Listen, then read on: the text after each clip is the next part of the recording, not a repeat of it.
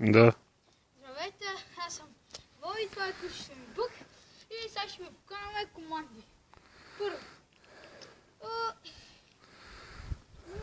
ще ви поканаме команди в ежедневието на кучето, където ще ви трябват. Първата команда, която според мен е най-важна, е командата седни. Ето, браво. Винаги след това, като направи командата, кучето трябва да се възнаграждава с лакомство, топче, ако обича, или да го почешете на любимото му място. Така. Добре. Това беше първата команда. Втората команда е легни. Той още не я усъвършенствал, но се учим още. Седни. И да учи. Браво, Нелкотре. Добре. Браво. Командата има начало и край. Като му кажете легни, той трябва да легне. И като му кажете добре, трябва да стане. Така. Следващата команда, която не е нужна, но е такава приятелска команда, по-хубаво.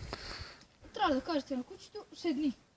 След това да му кажете дай лапа. Ето, той си дава. Дай другата. Браво. Та команда не е нужно кучето да я знае, но аз е така, съм го научил. Така, другата команда е малко по-сложна. Тя е на място. Сега ще ви покажем как да се прави. Бъки! Седни! Стой!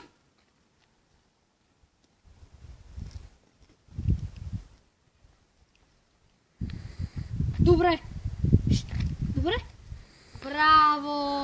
Браво на котрето! Видяхте? Кучето просто не трябва да мърда и трябва да ви гледа. Така.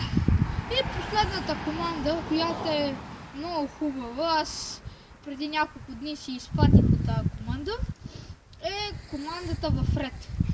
Той не я знае много добре, но ще ви покажем какво може. Така, айде Бъки, в ред.